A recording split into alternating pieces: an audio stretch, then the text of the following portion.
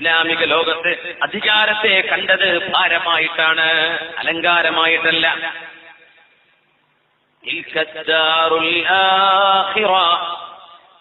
تلك الدار الآخرة نجعلها للذين لا يريدون علوا في الأرض ولا فسادا والعاقبة للمتقين. നാളെ പാരത്രിക വിജയം അല്ലാഹു നൽകുന്നത് ഈ ലോകത്ത് വിനയത്തോടെ ജീവിക്കണമെന്ന് കൊതിച്ചവർക്കാണ്. വിനയത്തോടെ ജീവിക്കണമെന്നവർ അവർക്കാണ് അല്ലാഹു നൽകുന്നത് സ്വർഗം.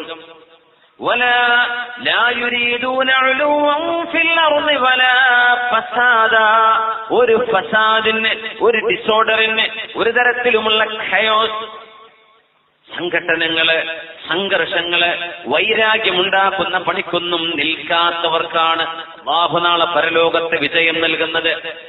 തമ്മിലടിപ്പിക്കുവാനും വൈരാഗ്യമുണ്ടാക്കാനും പരസ്പരം തമ്മിൽ കണ്ടാൽ മിണ്ടാത്ത പോലെ മുഖം വീർപ്പിച്ച് നടക്കാനും ആരൊക്കെയാണോ കാരണക്കാരാകുന്നത് അല്ലാഹുവിന്റെ സ്വർഗം അവർ കന്യമാണെന്ന് പരിശുദ്ധമായ ഖുർആൻ സൂറത്തുൽ ഖസസിൽ നോക്കണം. നമ്മൾ ചൊല്ലുന്ന ദിക്റിന്റെ എണ്ണമല്ല അല്ലാഹു നോക്കുന്നത്, ഇവിടെ ചൊല്ലുന്ന സ്വലാത്തിന്റെ എണ്ണമല്ല അല്ലാഹു നോക്കുന്നത്. അതിന്റെ ഒക്കെ കൂടെ മനുഷ്യന് വേണ്ട ഒരു സ്വഭാവമുണ്ട്. ഈ സ്വലാത്തിന്റെ ഉടമയായ അഷ്റഫുൽ ഖൽഖ് റസൂലുള്ളാഹി സ്വല്ലല്ലാഹു അലൈഹി വസല്ലം എങ്ങനെ ജീവിച്ചുവോ ആ ജീവിതത്തിന്റെ സാരല്യവും ആ ജീവിതത്തിന്റെ വിനയവും താഴ്മയും ജീവിതത്തിലേക്ക് കിട്ടിയിട്ടില്ലെങ്കിൽ നാവ് കൊണ്ട് പറയുന്ന ഒരു വെർബൽ എക്സസൈസ് കൊണ്ട് എന്ത് ഫലമാണുണ്ടാവുക, എന്ത് കാര്യമാണുണ്ടാവുക?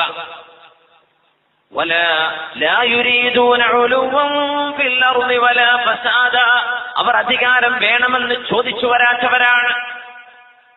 ഇന്ന് അധികാരത്തിന് വേണ്ടി വടംവലികൾ നടക്കുന്ന കാലം അല്ലേ? അധികാരം ലഭിക്കുവാൻ വേണ്ടി കൈക്കൂലികൾ കൊടുക്കുന്ന കാലം, ഞങ്ങളെ ഒന്ന് ഏൽപ്പിച്ചേക്കുക, ഞങ്ങൾക്ക് വേണം എന്ന് പറയുന്ന കാലം.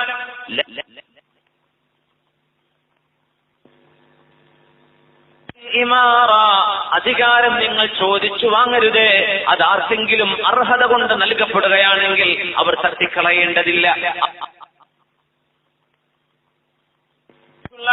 ആ ഒരു അധികാരം എനിക്ക് തന്നേക്കണം, ഫൈനാൻസ് മിനിസ്ട്രി അത് ഞാൻ കൈകാര്യം ചെയ്യാമെന്ന് സത്യസന്ധതയുള്ള യൂസുഫ് നബി അലൈഹിസ്സലാം ചോദിച്ചിട്ടുണ്ട്. അത്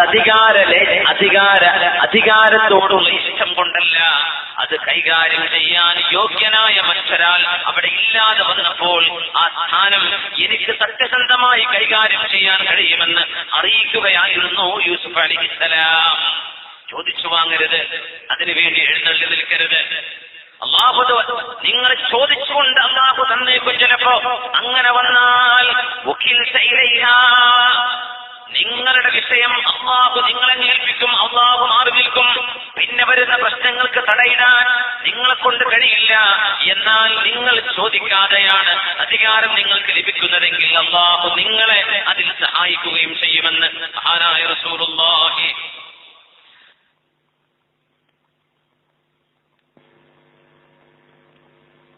സ്വല്ലല്ലാഹു അലൈഹി വസല്ലം ഹബീബിന്റെ വഫാത്തിന്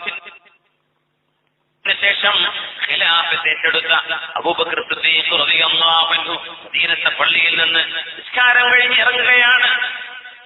ഒരുപാട് ദൂരം നടന്നൊരു വീട്ടിലേക്ക് ചെന്ന് ആ വീട്ടിൽ ചില ശുശ്രൂഷയിൽ തിരിച്ചു വരുമ്പോ ഫാറൂഖ് റളിയല്ലാഹു അൻഹു അധികാരമുള്ള ഉമറെന്ന് അധികാരമുണ്ടായിരുന്ന സിദ്ദീഖ് എന്നവര് എവിടേക്കാണ് പോകുന്നതെന്നറിയാൻ പിന്നാലെ പോയപ്പോഴല്ലേ അറിഞ്ഞത് ആ വീട്ടുകാരി പെണ്ണ് കണ്ണു കാണാത്തൊരു വൃദ്ധയാണ്.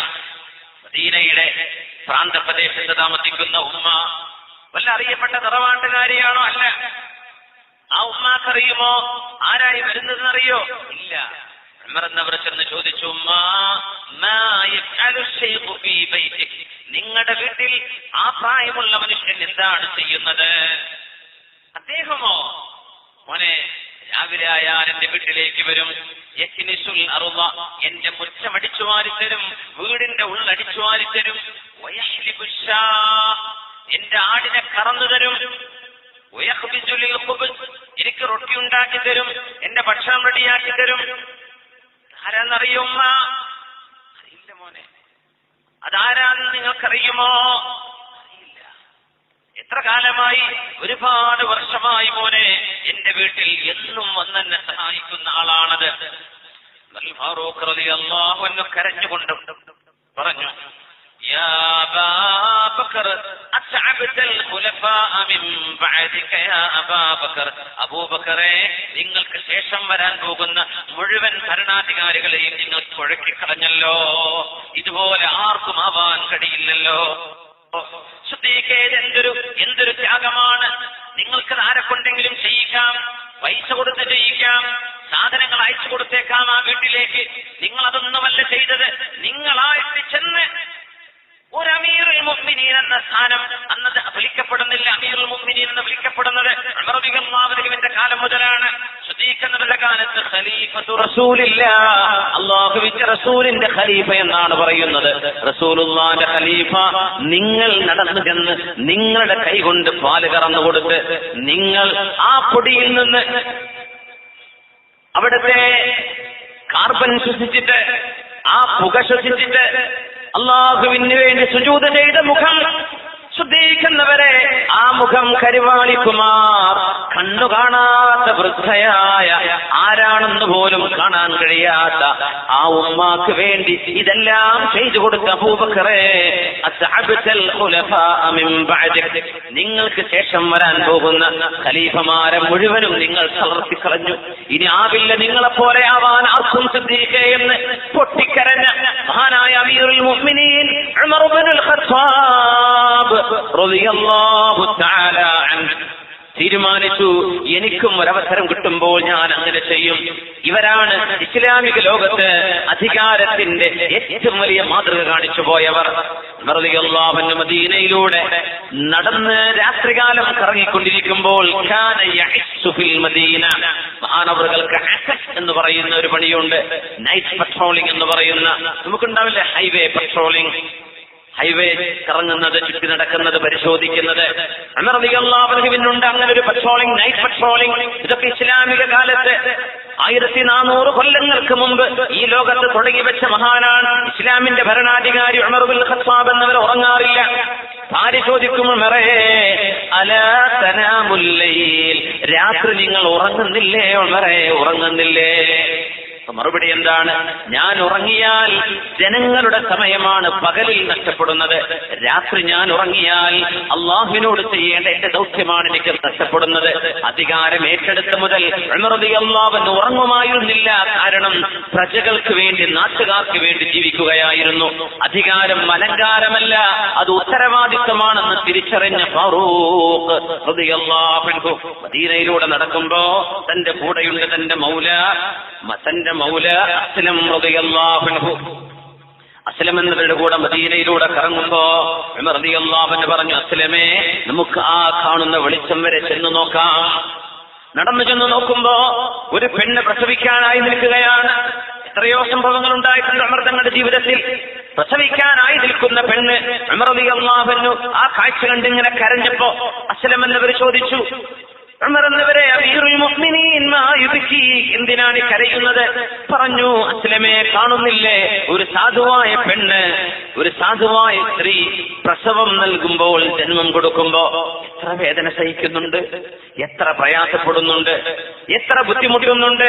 ഒരു കുഞ്ഞിനെ 10 മാസം ചുമന്ന് നടക്കുമ്പോ ഒരു ഭാരം പോലുമായി തോന്നാതെ സ്നേഹത്തോടെ തലോടോടിക്കൊണ്ട്, റബ്ബേ, എന്റെ വയറ്റിൽ ഒരു കുഞ്ഞിരിക്കുന്നുവല്ലോ, ആ കുഞ്ഞിനെ എനിക്കൊരു നല്ല കുഞ്ഞായി എന്ന പ്രാർത്ഥനയോടുകൂടെ കാലിന്റെ ഞരമ്പ് ഒരിഞ്ഞിട്ട് ഉറങ്ങാൻ കഴിയാതെ വിഷമിച്ചിട്ട്, ഇഷ്ടമുള്ള ഭക്ഷണമാണ്, പക്ഷേ വാസന കേൾക്കുമ്പോഴേക്കും ഛർദ്ദിക്കുകയാണ്, ഭക്ഷണം കഴിക്കാൻ വയ്യ.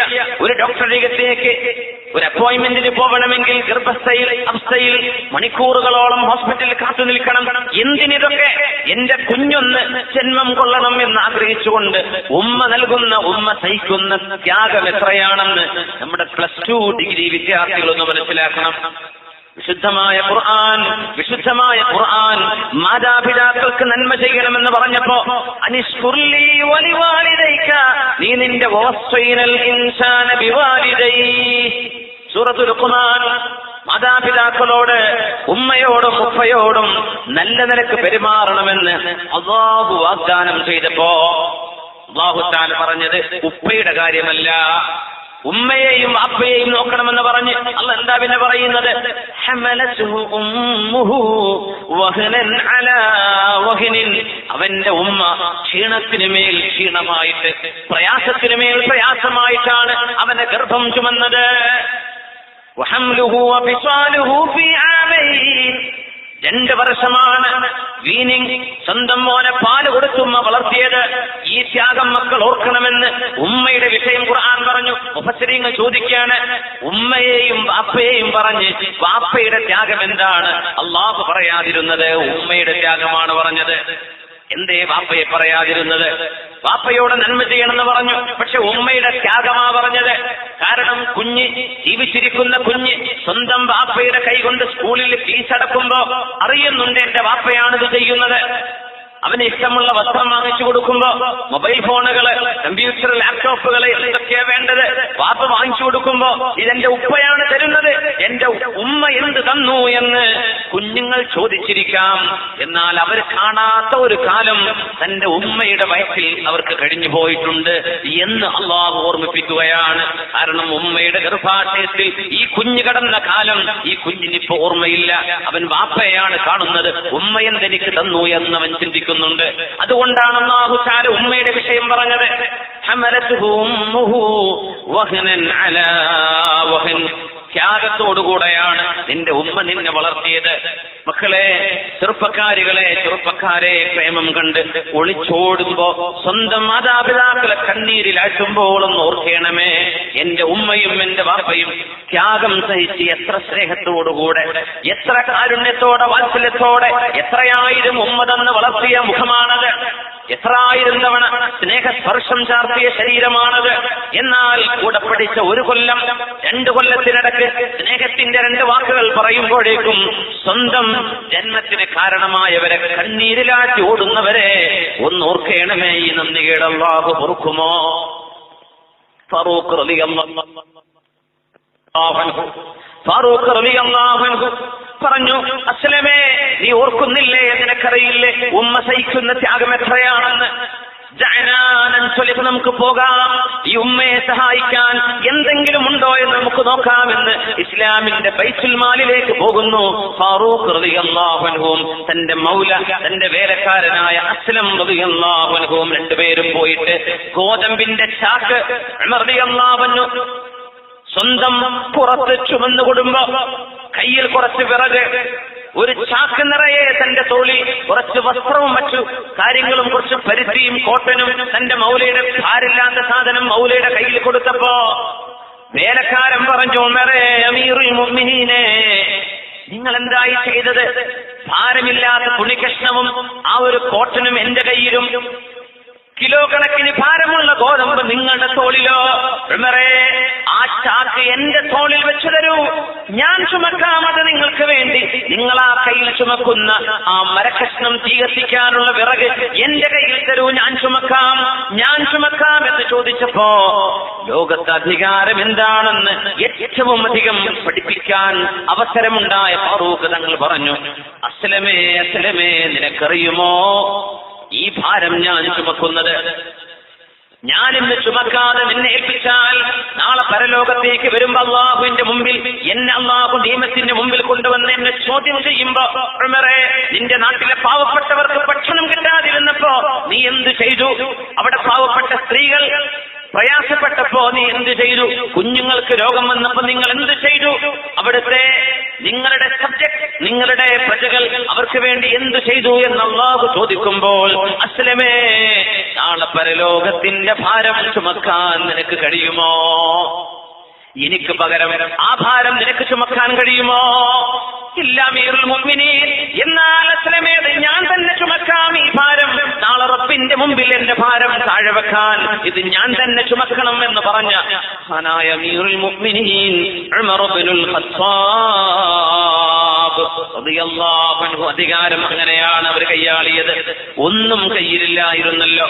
ഉമർ റളിയല്ലാഹു അൻഹുവിന് മഹാനവറുകൾക്ക് ഒരു അസുഖം വന്നിട്ട് അന്നത്തെ ഡോക്ടർ വന്നിട്ട് മഹാനവറുകൾക്ക് ഒരു മരുന്ന് പ്രിസ്ക്രൈബ് ചെയ്തു കൊടുത്തു. ആ മരുന്നിൽ പറഞ്ഞത് ഉമർ എന്നവരെ നിങ്ങൾ തേൻ കടിക്കണം, തേൻ കടിച്ചാൽ നിങ്ങൾക്ക് ശിഫ കിട്ടുമെന്ന് പറഞ്ഞപ്പോ ഉമർ റളിയല്ലാഹുവിന്റെ വീട്ടിൽ തേനുണ്ടോ? ഇല്ല. ഇസ്ലാമിന്റെ ഖജനാവിൽ തേനുണ്ട്, സ്റ്റോക്ക് ചെയ്തിട്ടുണ്ട്. എന്താ ഫാറൂഖ് എന്നവർ ചെയ്തതെന്നറിയുമോ? മദീനത്തെ മിമ്പറിൽ കയറി ജനങ്ങളെ മുഴുവനും സ്വഹാബികളെ മുഴുവനും വിളിച്ചുകൊണ്ടുവന്ന മദീനത്തെ പള്ളിയിൽ ഇരുത്തിയിട്ട് സൈദൽ മിമ്പറിൽ കയറി ജുമഅയല്ലാതെ ഉത്തരവാദിത്വമുള്ള ഗൗരവമേറിയ വിഷയങ്ങൾ പറയാൻ അന്ന് മിമ്പറിൽ കയറി പറയാറുണ്ട്. ഫാറൂഖ് റളിയല്ലാഹു അൻഹു മിമ്പറിൽ കയറിയിട്ട് പറഞ്ഞു, യാ അയ്യുഹന്നാസ് ഹമിദല്ലാഹ വഅസ്ന അലൈഹി വസല്ല അലാ നബിയിഹി. ഹംദും സ്വലാത്തൊക്കെ സലാമും ചൊല്ലിയിട്ട് ഉമർ എന്നവർ പറഞ്ഞു, ജനങ്ങളെ ഒരു കാര്യം പറഞ്ഞോട്ടെ, നിങ്ങളുടെ ഉത്തരവാദിത്വം ഏൽപ്പിക്കപ്പെട്ട ഞാൻ രോഗം ബാധിച്ച് വിഷമത്തിലാണ്, എന്റെ വയറിന് അസുഖമുണ്ട്. എന്നാൽ ഡോക്ടർ പറഞ്ഞു എന്നോട് തേൻ കഴിക്കാൻ, എന്റെ വീട്ടിൽ തേനില്ല. അതുകൊണ്ട് ജനങ്ങളെ, നിങ്ങളെല്ലാവരും ഒരാൾ പോലും ബാക്കിയില്ലാതെ ഇസ്ലാമിന്റെ ഖജനാവിലുള്ള തേനിൽ നിന്ന് ഒരൽപ്പം എനിക്ക് മരുന്നായിട്ട് ഉപയോഗിക്കാൻ നിങ്ങൾ സമ്മതം തരികയാണെങ്കിൽ ഞാനതൊന്ന് കഴിച്ചോട്ടെ, അത് ചോദിക്കാനാണ് ഞാൻ നിങ്ങളെ വിളിച്ചു വരുത്തിയതെന്ന് ലോകത്തിന്റെ മുഅ്മിനീങ്ങൾക്ക് മാത്രമല്ല മനുഷ്യരായ മനുഷ്യർക്ക് മുഴുവനും അധികാരികൾക്ക് മുഴുവനും മാതൃകയാവാൻ ഫാറൂഖ് റളിയല്ലാഹു അൻഹു വിളിച്ചു പറഞ്ഞ വാക്കാണത്. ഇതിൽ ആർക്കെങ്കിലും ഒരാൾക്ക് ഒബ്ജക്ഷൻ ഉണ്ടെങ്കിൽ പറഞ്ഞോളൂ, ഞാനത് തൊടില്ല. അത് നിങ്ങളുടേതാണ്, ഈ സമൂഹത്തിന്റെ പൊതുസ്വത്താണത്. ആ തേൻ എന്റേതല്ല, നിങ്ങളുടേതാണ്. നിങ്ങൾ സമ്മതം തരികയാണെങ്കിൽ ഒരൽപ്പം മരുന്നിന് വേണ്ടി മാത്രം ഒരൽപ്പം ഞാനൊന്ന് കഴിച്ചോട്ടെ എന്ന് മിമ്പറിൽ കയറി സമ്മതം ചോദിച്ച മഹാൻ അമീറുൽ മുഅ്മിനീൻ ഉമർ ഇബ്നുൽ ഖത്താബ് റളിയല്ലാഹു അൻഹു.